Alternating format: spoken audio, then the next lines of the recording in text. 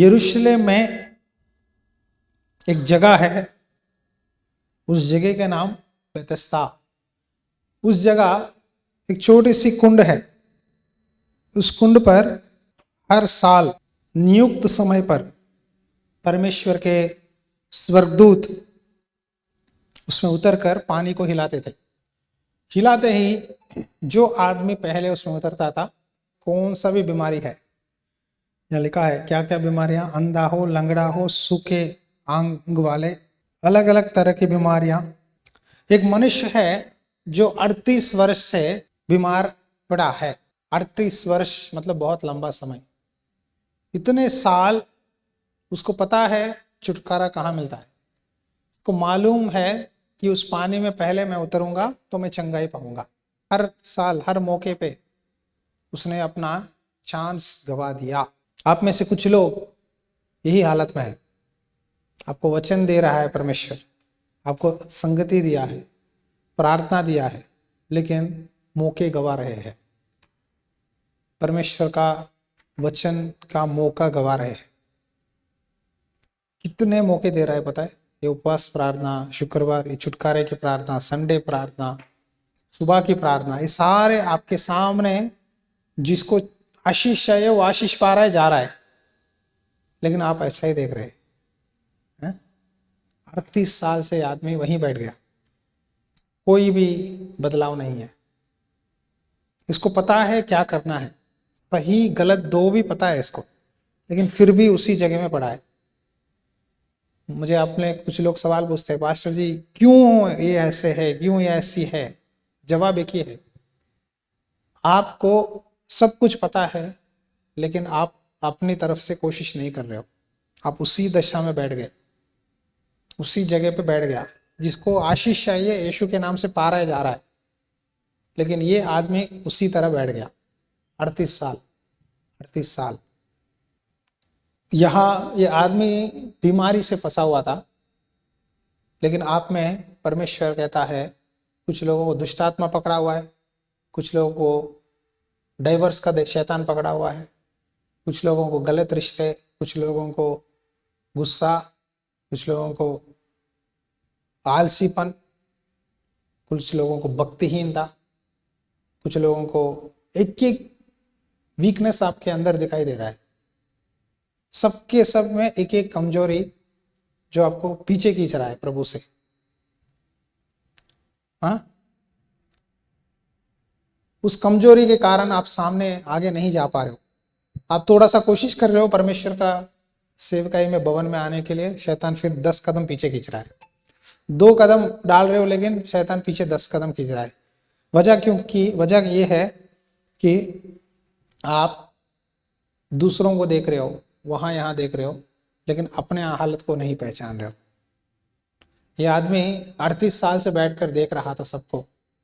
उसके पीछे आए हुए लोग भी चंगे होकर जा रहे, ठीक होकर जा रहे, जिंदगी सुधार के जा रहे, लेकिन ये आदमी उसी बीमारी में बिस्तर डाल के अच्छी तरह मंजा डाल बेड नीचे बैठकर देख रहा है और सबको बता रहा है, देख वो कल आया, वो ये है। सब जानकारी उस नहर के बारे में सबसे ज्यादा जानकारी उसे पता है, उस कुंड के सारे कुंड के जानकारी।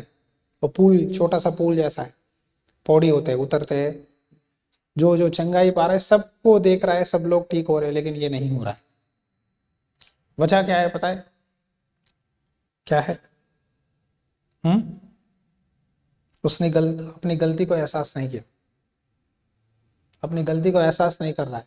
वो एक ही बात बोल रहा है, मुझे कोई नहीं है, मुझे मेरे भाई हेल्प नहीं कर रहा है, मुझे वो नहीं कर रहा है, ये नहीं कर रहा है। आप जितना समय तक मुझे वो नहीं कर रहा है, ये नहीं कर रहा है, इस तरह कंप्लेंट देते रहोगे, आप उसी जगह रहोगे। प्रॉब्लम मत बताओ, सॉल्यूशन ढूंढो, क्या करना चाहिए। सॉल्यूशन, उत्तर आपके सामने ही है, आंसर आपके सामने ही है। वो आंसर आप जानते हो, लेकिन आप उसकी तरफ कोशिश नहीं कर रहे।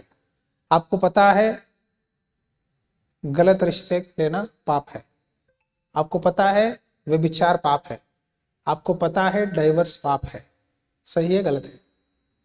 आपको पता है कि झूठ बोलना पाप है, आपको पता है संडे चर्च नहीं आना पाप है, आपको पता है परमेश्वर की बात तोड़ना पाप है, लेकिन फिर भी आप वही काम कर रहे हो जो परमेश्वर को पसंद नहीं है, इसीलिए आप उसी दशा में हो, उसी जगह पे बैठे हो, ना आगे जा पा रहे हो, ना उस पाप को छोड़ पा रहे हो, उस बंधन को छोड़ पा रहे हो, उसी जगह में बैठ गए, स्टक हो गए। स्टक, कभी कभी कंप्यूटर लैपटॉप स्टक हो जाता है, कभी कभी कैमरा स्टक हो जाता है, चलते चलते ऐसे ही फोटो क्या होता है, फोन भी हैंग हो जाता है कभी कभी। अब वो हैंग स्टक हो गए उसी स्टेज पे। परमेश्वर आपको रीस्टार्ट करना चाहता है, आपको फिर से शुरुआत करना चाहता है। आप सब लोग जानते हैं कि यीशु मसीह क्रूस पे आपके लिए अपना जान दिया। एक बार आपके लिए, एक ही बार उन्होंने क्रूस पे चढ़ा, एक ही बार, लेकिन कई बार आप अपने पापों से परमेश्वर को बार बार क्रूस चढ़ा रहे हैं, बार बार उनकी वेदना को बढ़ा रहे हैं। आप कहेंगे कैसे हो सकता है? हम बार बार एक ही पाप करते रहेंगे, शायद वो छोटा पाप भी हो, पाप का छोटा बड़ा नहीं है, पाप पाप ही है। आलसीपन, भक्तिहीनता, प्रार्थना नहीं करना, बाइबल नहीं पढ़ना, परमेश्वर की बात नहीं मानना, कोई भी चीज, ये छोटे छोटे कह सकते हैं, ये छोटा छोटा ही कल बड़ा हो जाता है। एक दिन आप चर्च नहीं आते, शैतान बोलता है कोई बात नहीं, तो हर संडे जाती है, एक संडे क्या हो गया।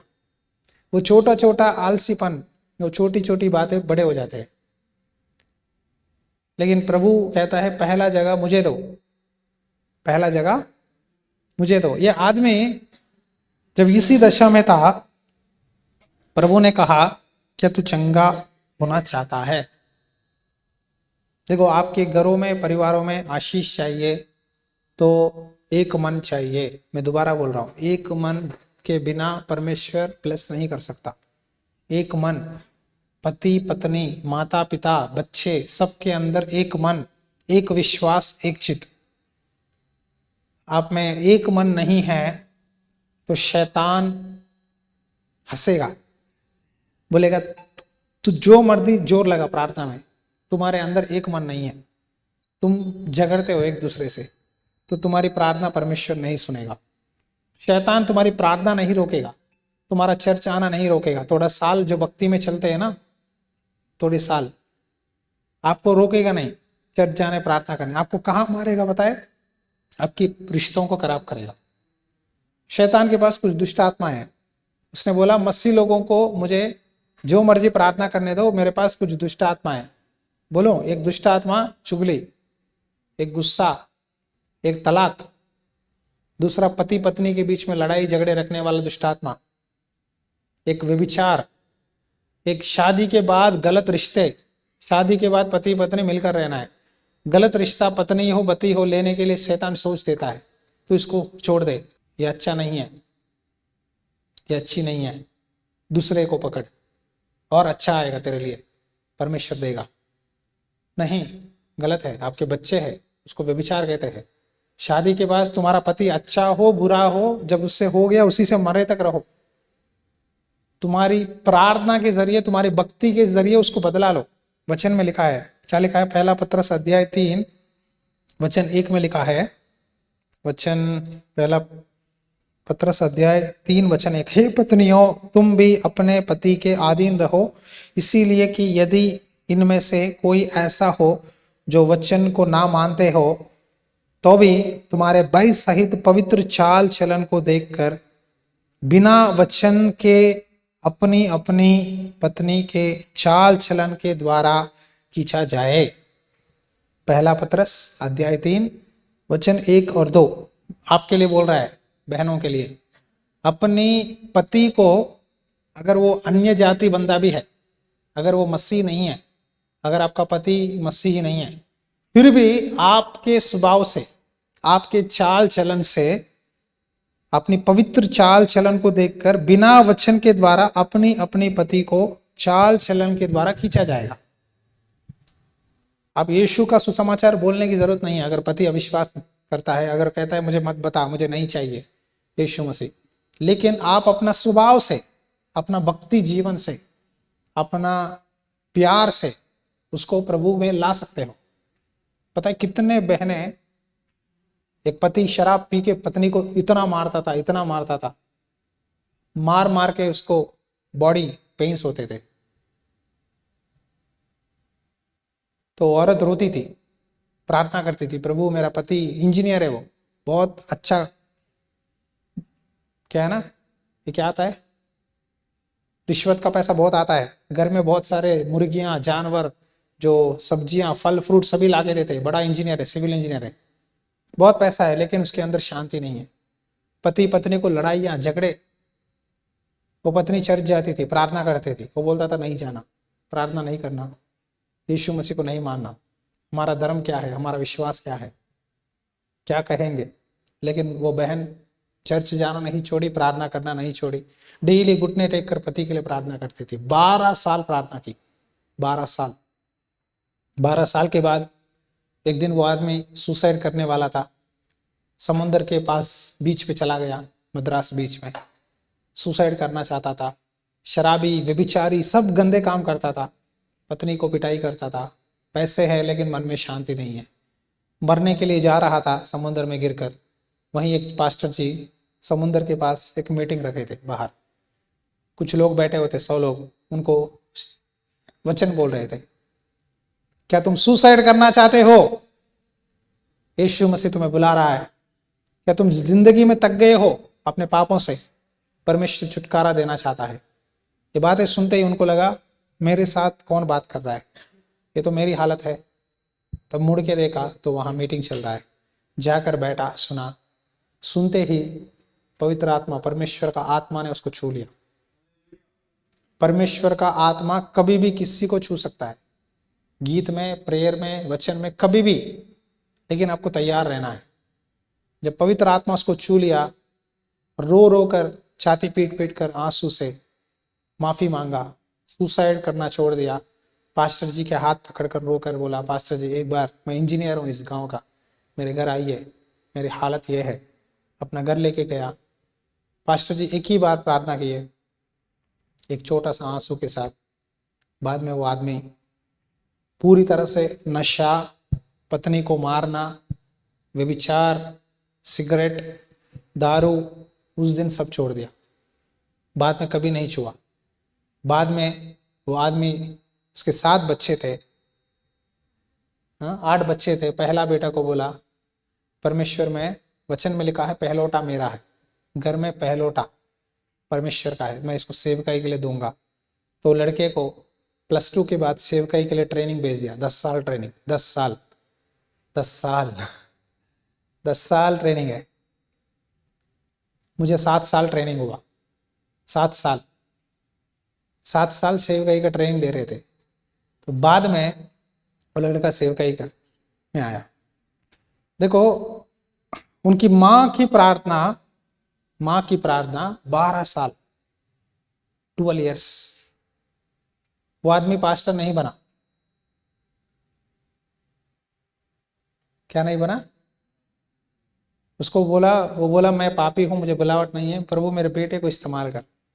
परमेश्वर ने उनका बड़ा बेटा को इस्तेमाल किया। बाकी के भी बेटे बेटियां हैं, लेकिन किसी को नहीं चुना, पहले बेटा को चुना। वो पहला बेटा परमेश्वर ने बहुत आशीष दिया, बहुत अच्छा सेवकाई किए। वो हमारे पास्टर जी है।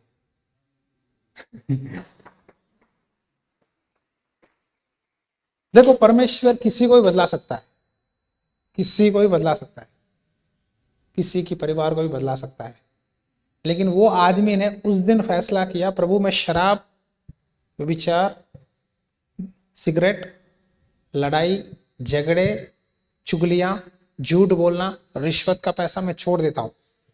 उस दिन के बाद वो आदमी ने घर में जब सब्जी लाते थे, कोई इंजीनियर साहब ले लो, बोला मुझे नहीं चाहिए, मैं खरीद के ले लूंगा। चिकन मटन मुझे नहीं चाहिए, दारू नहीं चाहिए, सर ब्याज ले लो थोड़ा सा, ये ले लो रिश्वत प्लीज, नहीं, मैं ईमानदारी से काम करूंगा, अगर सारे डॉक्यूमेंट सही है तभी साइन लगाऊंगा, नहीं तो नहीं लगाऊंगा। एक ऑफिसर बोल रहा था, शर्मा जी ने ले लिया गौड़ जी ने ले लिया, रेड्डी साहब ने ले लिया, आप भी ले लो, साइन कर दो। बोला अगर वो पैसा दोगे तो मुझे कोड़ी की बीमारी आएगा, देना चाहते हो दो। बोले ऐसा क्यों बोल रहे हो, नहीं चाहिए, मैं प्रभु को मानता हूँ, मैं रिश्वत का पैसा नहीं लेता, मैं झूठ नहीं बोलता, आगे से मैं शराब नहीं पीता। गवाही उन्होंने अपने दफ्तर में दिखाया। आपका गवाही कैसा है? आपके घर में है, आपके दफ्तर में है, आप बाहर है, आपकी गवाही बहुत जरूरी है।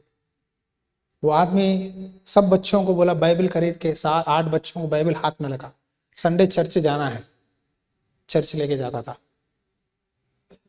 फैमिली प्रेयर में सबको बिठाता था।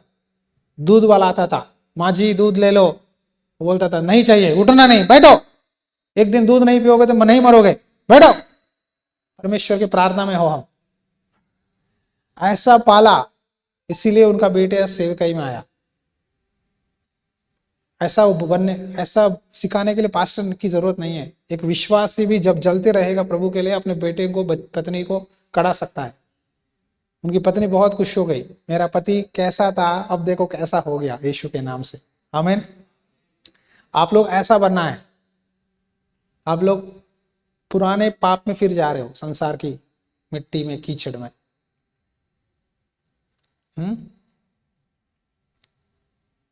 तुम्हारी दुआ तुम्हारे बच्चों के लिए जरूरी है। उनकी दुआओं ने, परमेश्वर ने उनके बेटे को उठाया। अब उनका बेटे के बेटे भी सेवकाई कर रहे। नाना बाप दादों की प्रार्थना पीढ़ी पीढ़ियों के लिए आशीष है।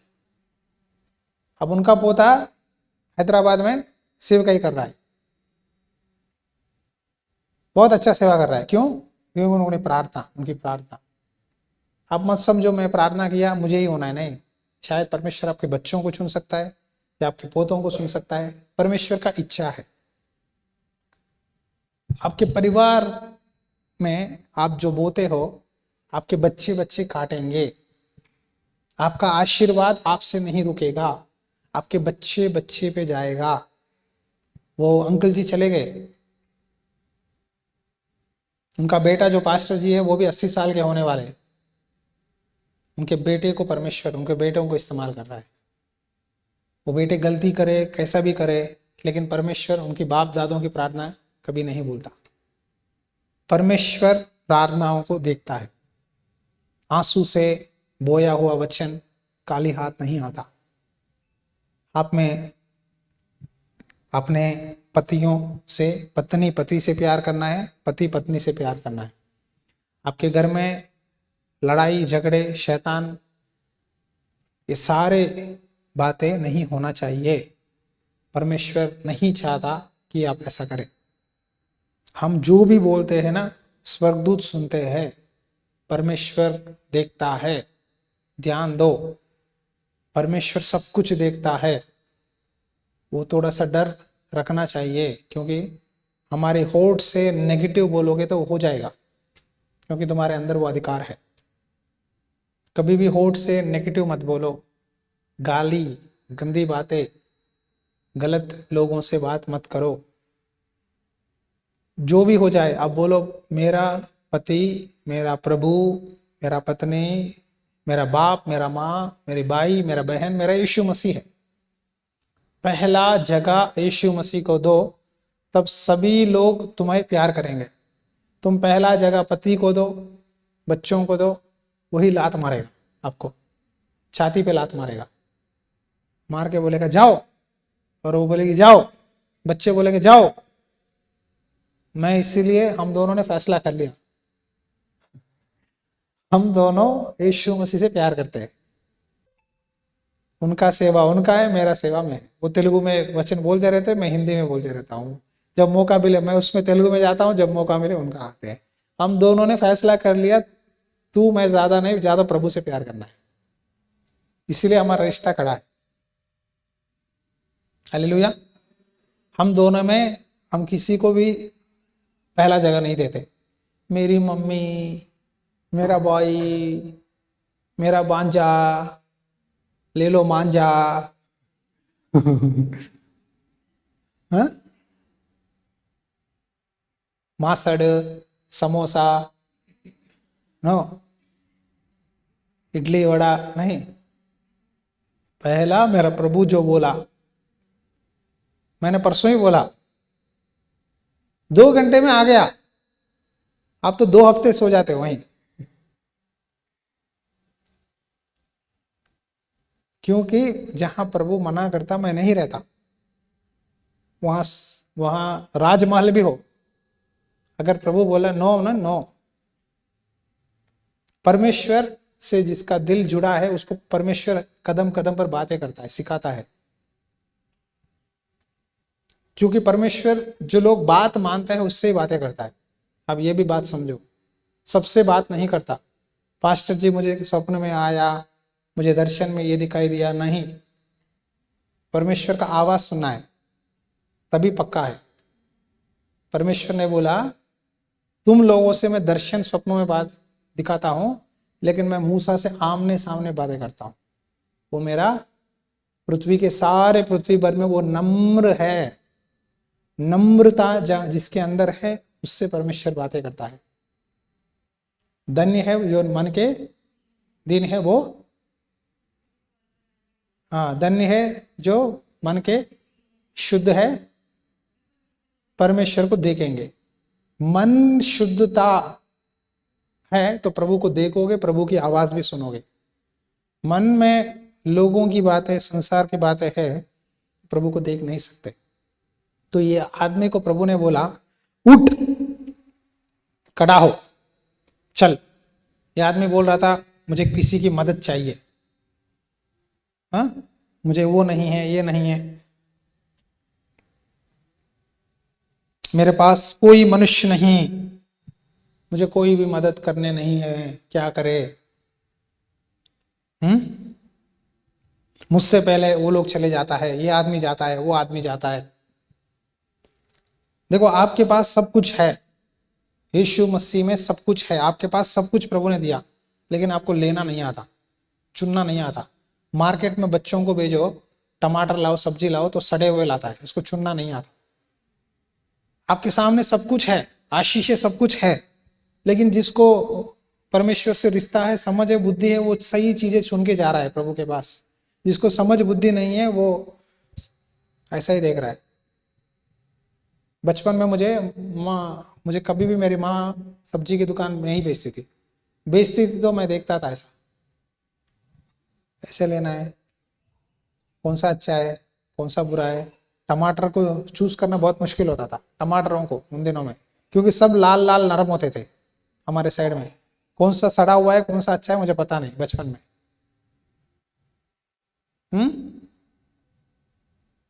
आप भी, सब कुछ आपके सामने है, लेकिन आप परमेश्वर की आशीष नहीं ले पा रहे हो। अब और वहीं बैठकर प्रभु आशीष दे, प्रभु मुझे ब्लेस कर, मुझे ब्लेस कर। प्रभु बोलता है मैंने तुझे कब की आशीष दे दिया, तू ही नहीं ले रहा है। हाँ, आशीष तो मैंने दे दिया, तू नहीं ले रहा है, तू नहीं चुन रहा है। देखो जीवन, देखो मृत्यु, देखो आशीर्वाद, देखो श्राप, क्या चाहिए चुन लो। परमेश्वर ने दे दिया तुमको, लेकिन तुम नहीं चुन रहे हो। यहां यीशु मसीह ने उसकी बातें सुना था, लेकिन उल्टा जवाब नहीं दिया। मुझे कोई नहीं है, मुझे वो नहीं है, ये नहीं है। प्रभु को कुछ परवाह नहीं था, इसके बातें से प्रभु कुछ भी नहीं सुना। प्रभु ने एक ही बोला, उठ, अपनी काट उठा और चल फिर। आप अपनी हालत से उठो। क्या करना है? हाँ कोई बात नहीं, पीठ पे ना, पीठ पे लेकर हाँ रब करो, हाँ ऐसा, हाँ हो जाएगा। ऐसा गोद में मत सुलाओ, फिर कहाँ से आएगा, पीठ पे करना है। मैं पाला बच्चों को, मुझे पता है, मुझे भी 2 बच्चे हैं। हाँ उठ, अपनी काट उठा और चल फिर। उठना है, उठना है, उस जगह से उठो। कितने साल वहीं रहोगे, कितने साल उसी बंधन में रहोगे, कितने साल मुझे काम नहीं है, मुझे उन्होंने धोखा दिया, मुझे इन्होंने धोखा दिया, मेरे पत्नी मुझे लड़ाई करती है, पति लड़ाई करता है, कितने साल ये बातें बोलोगे। उठो, आपको ये भविष्यवाणी है। अपनी जगह से उठकर परमेश्वर की महिमा करना है आप लोग। आप सबको परमेश्वर नए काम देना चाहता है, नए आशीष देना चाहता है, लेकिन आप वहीं बैठ गए, मुझे चंगाई नहीं है, मुझे आशीष नहीं है, मुझे ब्लेसिंग नहीं है, कैसे आएगा कैसे आएगा। बस हो गया, उठो, उठ के अपना काम करते जाओ, परमेश्वर आपको मदद करेगा।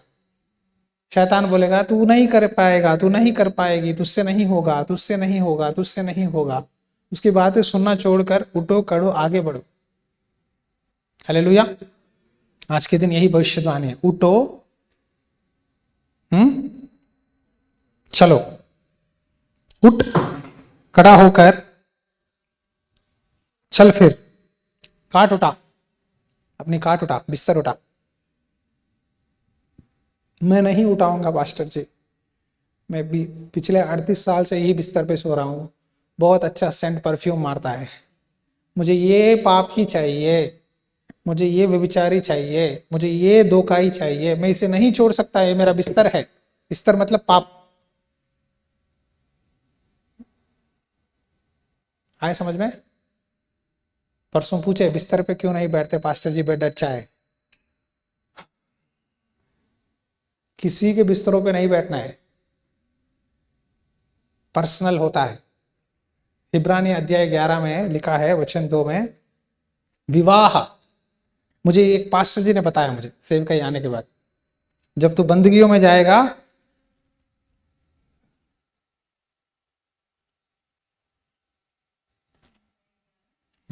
इब्रानी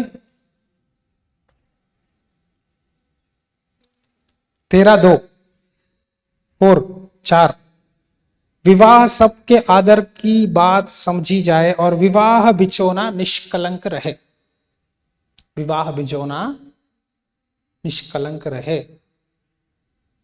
तो मुझे परमेश्वर ने बोला, तू अपना घर का सारा सामान पवित्र रखो, सभी चीजें तुम्हारे बेड पर। मैं आपको बोल रहा हूं प्यारे भाई और बहनों, ध्यान से सुनो, तुम्हारे शादी होने के बाद पति पत्नी के बेड पे बच्चे के सिवा और कोई नहीं बैठना है। तुम्हारी माँ हो, तुम्हारा डैडी हो, तुम्हारा बहन हो, कोई नहीं बैठना है, क्योंकि तुम्हारा प्राइवेसी है, पर्सनल है। इसीलिए घरों में hall, drawing room, kitchen room ये क्यों दिए हैं? किचन के स्लैब पे सो जाओगे जाकर, हाँ जगह है, कोई बात नहीं, सिलेंडर निकाल दो, सो जाओ, यहाँ सो जाओ। स्लैब पे सुलाओगे? किचन के स्लैब पे सुलाओगे किसी को? इसी तरह आप किसी को सुलाना है तो सेपरेट गेस्ट रूम होता है, गेस्ट रूम। अब एलिया आया, बाइबल में पढ़ते हो ना, जब एलीशा उस गांव से जा रहा था तो शुनेमी को ना मन में आया कि ये दास को मैं कुछ करूं, इधर से जा रहा है, कम से कम थोड़ा रहने के लिए रहायश दूं।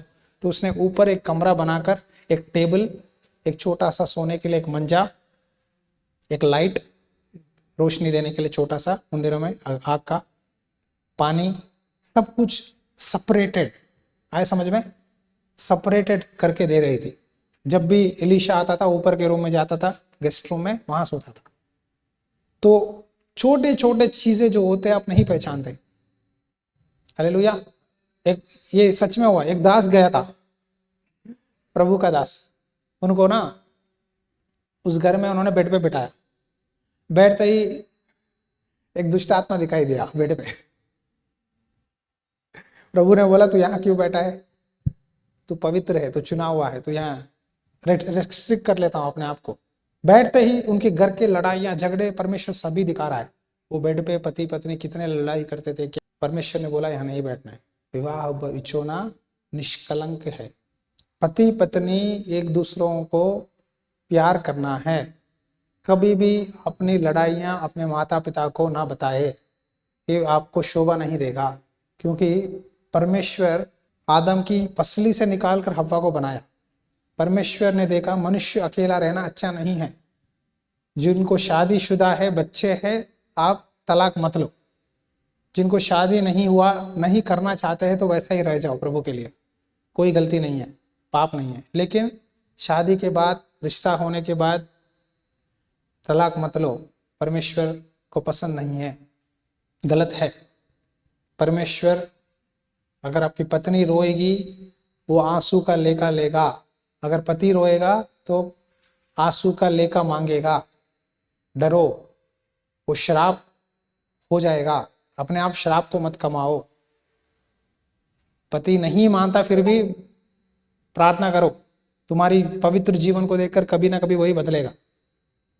जल्दबाजी में नो डाइवर्स। कितने डाइवर्स केस पता है इंडिया में? आज मुझे परमेश्वर यही बात बोल रहा है, डाइवर्स के बारे में बोल। छोटे छोटे मिसअंडरस्टैंडिंग्स, लड़ाई झगड़ों के कारण डाइवर्स मत लो। जो हो गया फिर भी चुपचाप रहो, परमेश्वर के हाथ में छोड़ो। तुम अपने रास्ते पे तुम प्रभु के लिए भागो, अपने आप वही पीछे आएगा। मैं चाहता हूं जिनका डाइवर्स हुआ उनका पति भी फिर जुड़ जाए, वापस आ जाए, फिर मिल जाए। मेरी दुआ ये है, क्योंकि परमेश्वर कुछ भी कर सकता है। He can do anything. एक पास्टर जी ना, पत्नी से लड़ाई हुआ, अमेरिका में लड़ाई हुआ ना, अच्छा इतना बहसबाजी नहीं होता, गुस्सा है, लड़ाई हुआ, ले लो तलाक, डाइवर्स, जाओ कर, भेज दिया। ऐसा 2 बार भेज दिया। पवित्र आत्मा परमेश्वर ने बातें किया कि गलत है, फिर उन्होंने पश्चाताप करके फिर मिला। फॉरेन में ना कपड़े बदले जैसा बदला देते हैं रिश्तों को, लेकिन वचन कहता है गलत है। तुम अपनी पवित्र चाल चलन से किसी को भी तुम बदला सकते हो।